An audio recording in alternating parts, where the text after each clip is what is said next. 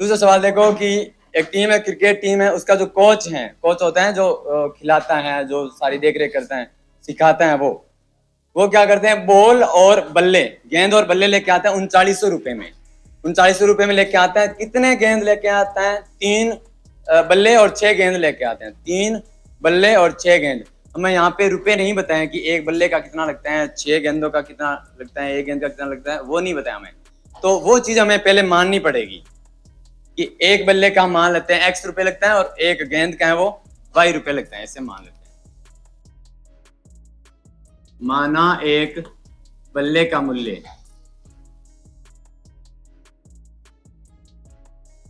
बराबर x रुपए। इसी प्रकार से हम तथा एक गेंद का मूल्य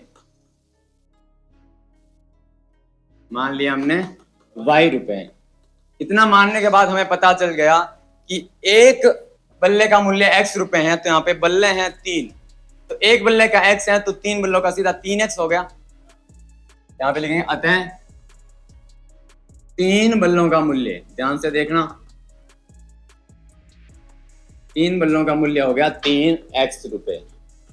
जब एक चीज का रुपए मान लो एक पेन लेके आते हो 10 रुपए है, तो 3 पेन लेके आए तो सीधा 3 से गुणा कर देते हैं ना, 10 तियां 30 रुपए लगते हैं। ऐसे मैंने यहाँ पे x को 3 से गुणा कर दिया तो 3x हो गया। ऐसे ही 6 गेंदों का मूल्य वो है 6y।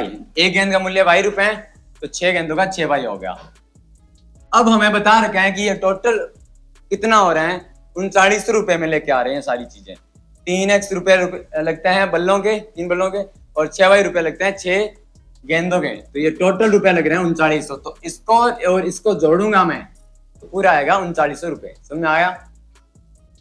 तो 3x प्लस 6y बराबर हो गया 3900, और यहां से हमारी एक समीकरण बन गई, एक समीकरण बन गई। अब वापिस एक और बता रहे हैं, यहाँ पे दूसरी शर्त बता रहे हैं, वापिस वो जाके आ रहे हैं और क्या लेके आ रहे हैं, बाद में उसने एक और बल्ला लेके आए हैं, एक और बल्ला। वापिस हम क्या रहे, ये तो होगी स्थिति फर्स्ट। स्थिति फर्स्ट, पहली स्थिति में ये इतने 3 बल्ले और 6 गेंदे लेके आ रहे हैं। वापिस हम स्थिति सेकंड में जाते हैं, यानी दूसरी स्थिति में क्या लेके आ रहे हैं, वो एक बल्ला और 3 गेंद। अब की बार सीधा लिख देता हूं, यहाँ पे एक बल्ला है तो एक बल्ले का x रुपए लग रहा है, तो मैंने सीधा लिख लिया x रुपए। एक बल्ले का x रुपए हो गया, प्लस 3 गेंदे हैं तो 3y हो जाएगा। एक गेंद का कितना रुपए है, एक गेंद का y है, तो 3 गेंदे हैं, 3 गेंदों का हो गया 3y। फिर मैंने इनको जोड़ दिया तो रुपए आ रहे हैं 1300 रुपए। 1300 रुपए लग रहे हैं, बराबर हो गया 1300। ये बन गई समीकरण नंबर 2। अब ये 2 समीकरण बनी है, तो इसमें क्या करना है, 2 रुपयों में हमने दर्शाना है। एक तो बीजगणितीय और एक ज्यामितीय बोल दो या ग्राफीय बोल दो। बीजगणितीय यही रूप है जिसमें अचर और अचर आए और इस प्रकार से समीकरण बने, वो होते हैं बीजगणितीय रूप। ये हमने दर्शा दिया।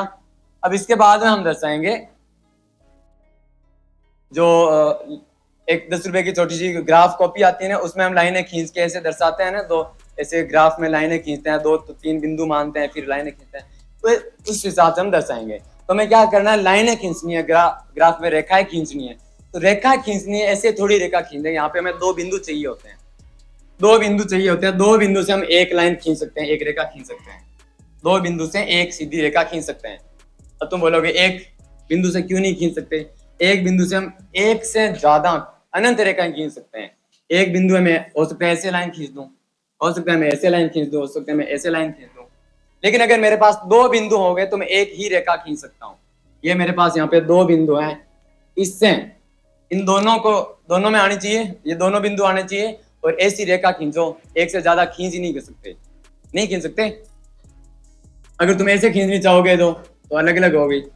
एक ही रेखा खींचनी है तो इन दोनों बिंदु से हम एक ही रेखा खींच सकते हैं। एक ही खींच सकते हैं, खींचनी क्या है, एक ही खींच सकते, ज्यादा नहीं खींच सकते। तो यहाँ पे हमें 2 बिंदु चाहिए, 2 बिंदु। यहाँ पे 2 समीकरण है, इनसे 2 रेखाएं मिलेगी हमें। इसकी एक रेखा बनेगी इस समीकरण की, और ऐसे ही इसकी एक रेखा बनेगी। तो रेखा के लिए क्या चाहिए, 2 बिंदु। तो पहले मैं इस समीकरण से दो बिंदु निकाल लेता हूँ। दो बिंदु यानी एक बिंदु में एक एक्स का और वाई का मान होता है। तुम्हें पता है, ऐसा हमने देखा है कि यहाँ पे कोई बिंदु है, यहाँ पे एक्स और वाई का मान होता है। यहाँ पे और कोई बिंदु है, यहाँ पे भी एक्स और वाई का मान होता है। x1 y1 ये x2 y2 अलग अलग ले देते हैं, अलग अलग मान होंगे ना, अलग अलग ऐसे मान निकालेंगे। तो पहले ये समीकरण लेते हैं और इसे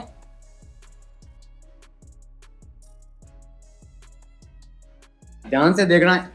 अगर नहीं समझ में आया तो वापस बता दूंगा मैं, लेकिन अभी ध्यान यहीं पे रखना है। ऐसे लिख लेते हैं x और y। अब क्या करेंगे, एक बार मैं x का मान रखूंगा, कुछ भी रख सकते हैं।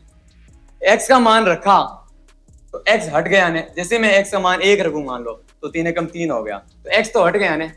x हट गया, इसका मतलब y एक अकेला बचा है चर। एक चर होता है किसी समीकरण में तो उसका मान निकालना में आता है। उसके अलावा जो भी चीजें होती हैं अचर होते हैं, उसको बराबर के दूसरी साइड भेज दो, y का मान हमें मिल जाएगा। ऐसे करते हैं। तो मैं क्या करता हूँ, पहले x का मान 0 रख लेता हूँ। क्यों रखूंगा जीरो, क्योंकि जैसे ही मैंने 0 रखा है x का मान, तो ये पूरा पद 0 हो जाएगा। 0 है वो 3 से गुणा होगा, 0 हो जाएगा, तो इतना बचेगा। इस समीकरण में ध्यान देना, 1 नंबर समीकरण पे क्या करते हैं, ये समीकरण 3x प्लस 6y बराबर 3900। मैं x की जगह 0 रखता हूं, इसमें ध्यान देना, ऐसे ही तुम्हें करना है। x की जगह मैंने 0 रखा, ये पूरा 0 हो गया, 0 हो गया, ये इसको छोड़ देते हैं। ये बच्चा इधर क्या, 6y और 3900 बच्चा, ये ऐसे ही बचेगा। तो y बराबर क्या हो गया, 3900 बट्टा में आ गया 6। तो 3900 में 6 का भाग लगाया हमने, कल ही लगाया था। इसमें आता है 6 चंगे 36, 3 30, 5 30 हो जी, y 0। तो y बराबर आ गया 650। हमने x हमने 0 रखा तो y आ गया 650। ऐसे रखना है। अब क्या करना है, y 0 रख लो तो x का मान आ जाएगा। चलो इसमें रखेंगे y बराबर 0 रख लेता है, y की जगह 0 रख लिया। अगर y की जगह मैं 0 रख लूं तो ये पूरा पद 0 हो गया ना, कि भाई पूरा 0 हो गया। 0 हो गया तो इसको छोड़ दे, अभी इसको नहीं लिखेंगे। तो 3x बराबर 3900 बचा खाली हमारा, ठीक है। तो x बराबर क्या आ गया, 3900 के बट्टा में आ गया 3, और 3900 के बट्टा में 3 आया। 3900 में 3 का भाग लगाया तो 1300 आया ना, 33 39, तो ये आ गया 1300। ठीक है, एक बिंदु ये मिल गया, ये बिंदु मान लेते ए, ये बिंदु भी है। एक बार यहाँ पे इतना सा ध्यान दो, मैं बताऊंगा ए कैसे है, बी कैसे लिया हमने, समझ में आ जाएगा वापिस। ऐसे 2 बिंदु लेने हैं। अब अगर तीसरा बिंदु लेंगे ना तो उस रेखा पे ही आएगा। मतलब हमने 2 बिंदु ले लिए, ऐसे 2 बिंदु आगे और रेखा खींची, और अगर कोई तीसरा बिंदु मानेंगे या लेंगे ना तो वो बिंदु इस रेखा पे ही आएगा। ऐसे नहीं कोई तीसरा बिंदु यहाँ पे आ गया, ऐसे आ ही नहीं सकता। वो भी चीज मैं आगे बताऊंगा, ठीक है। अब इस समीकरण को लेते हैं और ऐसे ही x का मान रखेंगे 0 और y का मान पता चल जाएगा। y का 0 रखेंगे और x का मान पता चल जाएगा। यहाँ पे रखा x प्लस 3y बराबर 1300। तो यहाँ पे तो डब्बा बना लेते हैं इसका।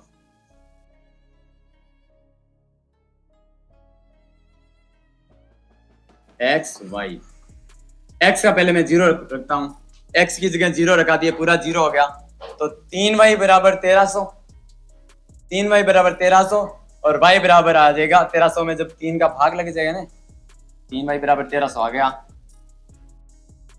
तो हमें तो y चाहिए, तो 1300 के भाग में आ गया 3। जब 1300 में 3 का भाग लगाते हैं तो आता है 433। हमने कल कराई था ये 433 पॉइंट कुछ और आता है, वो रखो तो रख लो चाहे 0.33 ऐसे।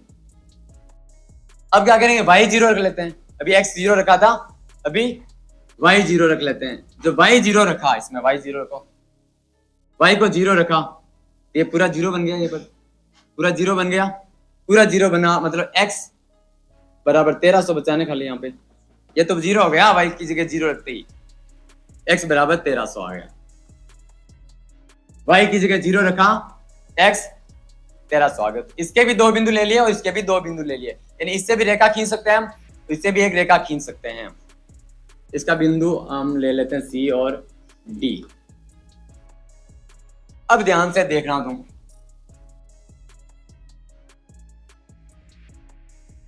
ये डब्बे चलो यहाँ पे बना लेते हैं इसको।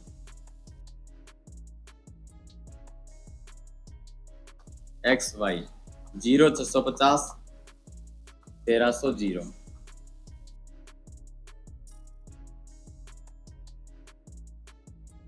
एक्स वाई 0 रखा तो 433.33 और वाई 0 रखा तो एक्स आ गया 1300। ये बिंदु लिया हमने ए, ये बी और ये बिंदु लिया था हमने सी और डी।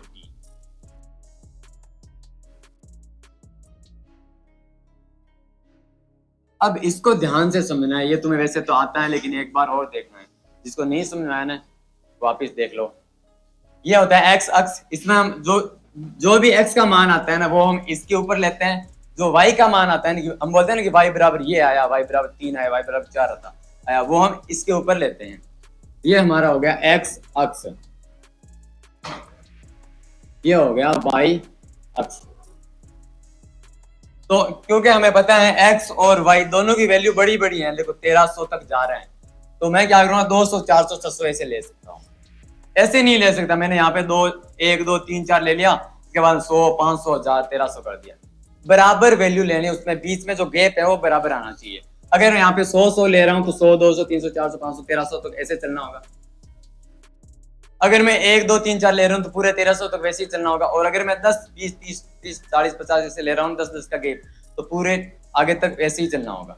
ऐसे हम नहीं कर सकते, तो हम क्या करेंगे 200 200 का गैप ले लेते हैं।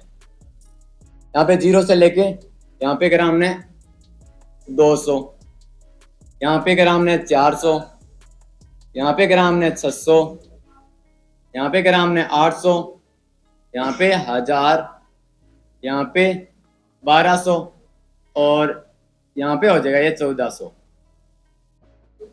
ठीक है, वहां पे 1400 है। ठीक है, ऐसे ही हम यहाँ पे लेंगे 200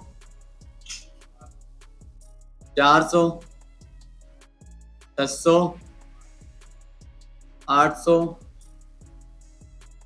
1000 1200। देखो भाई कितना है, भाई ज्यादा बड़ा नहीं है, 600 650 तक जा रहा है, इतना ठीक है।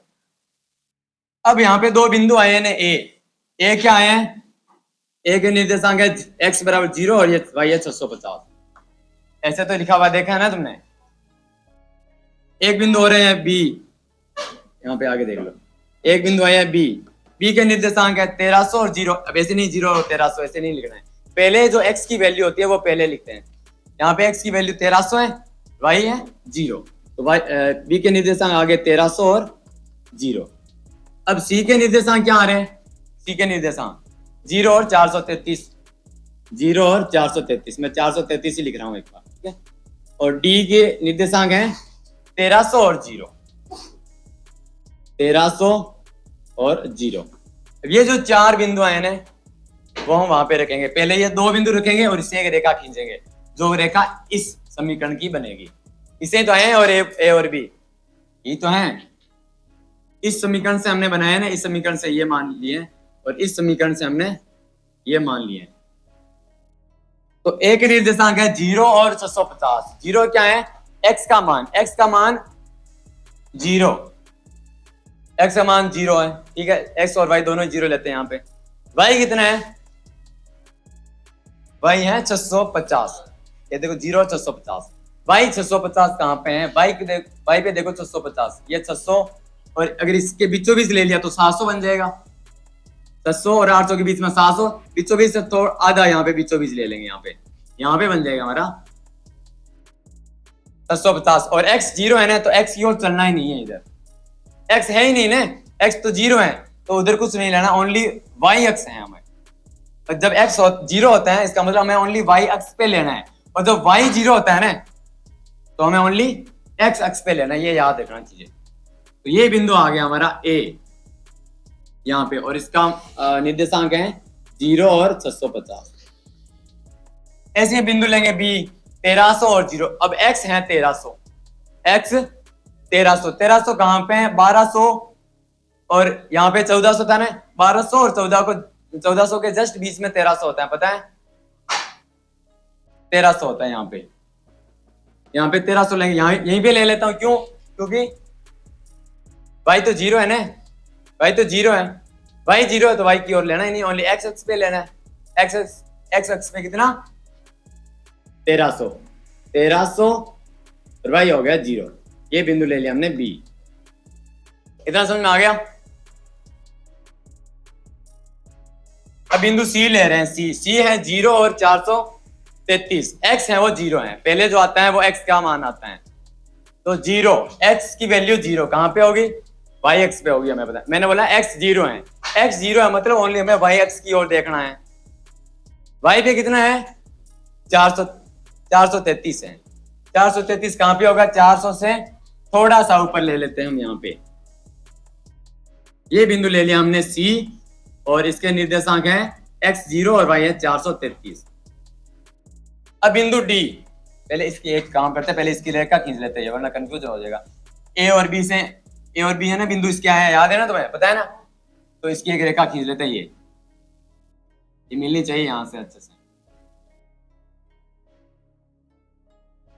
और इस पे ये समीकरण लिख लेते हैं x प्लस 3y, सॉरी ये ऊपर वाली 3x प्लस 6y बराबर 3900। अब हम दूसरी समीकरण की रेखा खींचेंगे, और दूसरी समीकरण से बिंदु ले लिया C और D, तुम्हें पता चल रहा है ये सेम टू सेम है B वाला, ये B वाला सेम टू सेम बिंदु नहीं है क्या, ये D देखो 1300 1300 B और D मैंने कल भी बताया था ये सेम बिंदु होगा, तो मैं सीधा यहाँ पे D लिख लेता हूँ, B और D बिंदु सेम टू सेम है, तो ये है बिंदु, इससे मिल जाएगा यहाँ पे, और इसकी भी हम समीकरण लिख देते हैं यहाँ पे। 433 है इसके निर्देशांक, यहाँ पे x 0 y 433। इसकी समीकरण कौन सी, नीचे वाली x प्लस 3y बराबर 1300, ये नीचे वाले की समीकरण है। तो ये हो गया हमारा ग्राफीय रूप, और ये हो गया बीजगणितीय रूप, ऐसे होता है। और इसके जो हल होता है ना, वो मैंने कल बताया था, x जो दो रेखाएं अभी आई हैं वो जहां पे काटती हैं वही उसका हल होता है। यहाँ पे काट रही है ना, यहाँ पे काट रही है, तो यहाँ पे निर्देशांक क्या है, x क्या है 1300 है और y क्या है 0 है। समझ में आया। ये हमें नहीं करना, हमें हल नहीं निकालना है, बस इतना ही करना है। अब ये सवाल उतार लो, और साथ साथ में भी मैं कॉपी चेक करता रहूंगा, और जिसको समझ में नहीं आया वो हाथ करेगा। मैं